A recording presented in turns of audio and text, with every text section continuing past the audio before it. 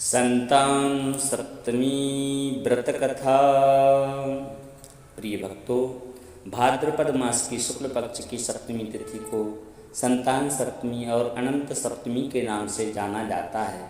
भविष्य पुराण में बताया गया है कि सप्तमी तिथि भगवान श्री सूर्यदेव को समर्पित है।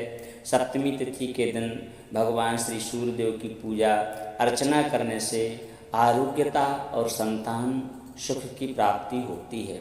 भविष्य पुराण में कहा गया है कि भगवान श्री सूर्यदेव की अष्टदल बना करके उनकी पूजा करें, भगवान को घी का दीप दिखाएं और लाल फूल, अगर लाल कनेर का फूल मिल जाए तो यह और भी उत्तम फलदायी होगा। इनके साथ गुड़ और आटे का प्रसाद बना करके भगवान श्री सूर्यदेव को अर्पित करें। सूर्यदेव की पूजा में लाल वस्त्र धारण अवश्य करना चाहिए। आइए जान लेते हैं संतान सप्तमी व्रत के नियम कौन कौन से हैं। संतान की कामना से जो लोग संतान सप्तमी का व्रत रखते हैं उनके लिए नियम है कि इस व्रत को दोपहर तक कर लें। शिव पार्वती की प्रतिमा के सामने चौकी पर रख कर के उनकी पूजा अवश्य करें। पूजा में नारियल, सुपारी और धूप दीप अर्पित करें। माताएं संतान की लंबी आयु और उनकी रक्षा के लिए कामना करते हुए भगवान श्री भोलेनाथ को कलावा लपेटें। कलावा को बाद में संतान की कलाई में भी लपेटना चाहिए। आइए श्री संतान सप्तमी व्रत की पावन कथा को श्रवण करते हैं। अथ श्री संतान सप्तमी व्रत कथा। एक समय लोमस ऋषि मथुरापुरी को गए। वहाँ देवकी और वसुदेव को पुत्र शोक की चिंता में देख करके समझाने लगे। मुनि बोले कि हे देवकी, तुम्हारे पुत्रों को कंस ने मार डाला, जिससे तुम बहुत ही दुखी हो। जैसे एक चंद्रमुखी नाम की रानी पुत्र शोक से व्याकुल रहा करती थी, उसी प्रकार तुम्हें भी पुत्रों का दुख है। किंतु चंद्रमुखी एक व्रत करने से सुखी और पुत्रवान हुई। तब देवकी हाथ जोड़ करके प्रार्थना करने लगी।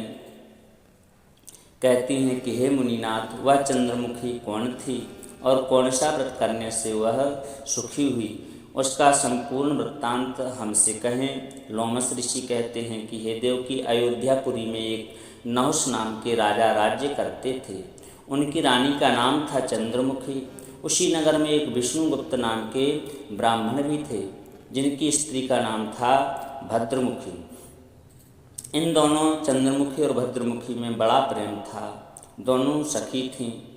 दोनों एक बार सरयू नदी को स्नान करने के लिए गईं। वहाँ स्नान करके सूर्य को अर्घ देने लगी तो सूर्य से एक विमान आता हुआ इन्होंने देखा। वह विमान वहीं सरयू के किनारे ठहर गया तथा उसमें से देवांगनाएं निकल करके स्नान करने लगी। वहाँ एक मंडल बना करके उन्होंने पूजन किया। एक गंडा पहन करके चलने लगी। तब इन दोनों ने उनसे पूछा कि हे देवियों, यह तुमने कौन सा पूजन किया, इसका वृत्तांत क्या है, मुझसे वर्णन करें। तब अप्सराओं ने कहा कि आज संतान सप्तमी का व्रत है। इसमें हमने शिव और गौरी जी का पूजन किया है। इससे संतान की रक्षा तथा पुत्र का सुख मनुष्य को प्राप्त होता है। तब इन दोनों सखियों ने भी उनसे एक गंडा मांग करके पहन लिया और ये दोनों सखी संतान सप्तमी का व्रत करने लगी। कुछ दिन तो इन्होंने श्रद्धापूर्वक व्रत किया, किंतु कुछ ही दिन के बाद में दोनों ने व्रत को त्याग दिया। अब इनके मरने के बाद में चंद्रमुखी का दूसरा जन्म बानरी और भद्रमुखी मुर्गी हुई। लेकिन व्रत करने से इन दोनों को अपने पूर्व जन्म की स्मृति बनी रही। इसलिए दोनों ने शिव पार्वती का ध्यान करके प्रार्थना की कि हमारी ये पशु योनि छूट जावे तो हम संतान सप्तमी का व्रत धारण करेंगे। तब भगवान भोलेनाथ की कृपा से दोनों पशु योनि से मुक्त होकर के फिर से मनुष्य तन को प्राप्त हुई और चंद्रमुखी रानी और भद्रमुखी वही ब्राह्मणी होती भई। भद्रमुखी संतान सप्तमी का व्रत करने लगे, जिससे उसके यहाँ बड़ी आयु वाले 8 सुंदर पुत्र हुए। परंतु चंद्रमुखी ने व्रत करना नहीं चाहा। इससे उसके यहाँ आधी उम्र में एक पुत्र हुआ, वह भी गूंगा और बहरा और रोगी था। इसलिए वह 9 साल की आयु में मृत्यु को प्राप्त हो गया। चंद्रमुखी के पुत्र का मरण सुनकर के उसकी पुत्री भद्रमुखी अपने 8 बेटों को चंद्रमुखी को समझाने के लिए ले आई तथा बहुत कुछ समझा करके अपने पुत्रों को उसी के यहाँ छोड़ करके अपने घर चली गई। चंद्रमुखी ने उसके पुत्रों को विष आदि खिला करके मारने के अनेक उपाय किए, पर वे बड़ी आयु वाले पुत्र किसी भी प्रकार से नहीं मारे गए। तब चंद्रमुखी ने भद्रमुखी को फिर अपने घर बुला करके आदर सहित बिठाया और पूछा कि अरे सखी, हम तुम दोनों एक साथ रहे हैं, फिर तुमने ऐसा कौन सा दान पुण्य किया जिससे तुम्हारे यहाँ बड़ी आयु वाले सुंदर 8 पुत्र हुए? हमने कौन सा पाप किया जो हमारे एक भी पुत्र नहीं हुआ जो था वह भी मर गया? तब भद्रमुखी ने कहा कि हे सखी, हम तुम दोनों पहले जन्म में संतान सप्तमी का व्रत करते थे, किंतु उसे छोड़ देने के कारण से तुम बानरी और हम मुर्गी बने। हमने तुमसे शिव पार्वती से प्रार्थना की, हम दोनों ने, जिससे उनकी कृपा से तुम रानी और हम ब्राह्मणी हुई। परंतु हम तो व्रत करते रहे, तुमने व्रत को नहीं किया, बीच में छोड़ दिया। इसलिए तुम संतान सप्तमी का व्रत करो तो तुम भी पुत्रवान हो जाओगी। सखी के कहने से चंद्रमुखी संतान सप्तमी का व्रत करने लगी, जिससे उसके यहाँ भी बड़ी आयु वाले पुत्र हुए और वह आनंद पूर्वक रहने लगी। इसलिए हे देवकी, तुम भी उस उत्तम व्रत को करो, तुम्हें भी भगवान सुंदर पुत्र सुख प्राप्त कराएंगे।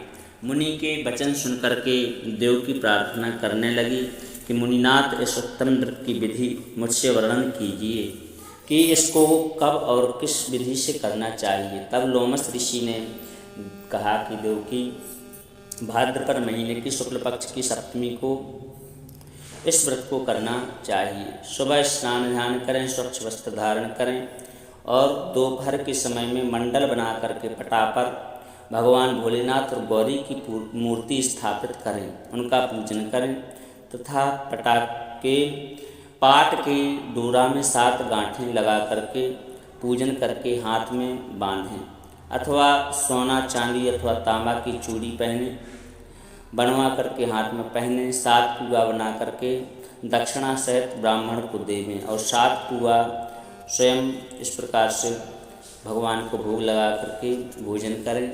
इस प्रकार से लोमस ऋषि मुनि देवकी को समझा करके अपने आश्रम को चले गए और देवकी ने श्रद्धापूर्वक संतान सप्तमी का व्रत किया, जिससे उनके यहाँ पर भगवान श्री आनंद कंद श्री कृष्ण जी का अवतार हुआ, जो किसी के मारने से भी नहीं मरे और उन्होंने अनेक दैत्यों के साथ में कंस का संहार किया, अपने माता पिता को कारागृह से मुक्त किया। इसलिए जो स्त्री पुरुष इस संतान सप्तमी के व्रत को करते हैं उनको पुत्र पौत्र आदि का परम सुख प्राप्त होता है। इति श्री संतान सप्तमी व्रत कथा संपूर्णम। बोलो शंकर भगवान की जय।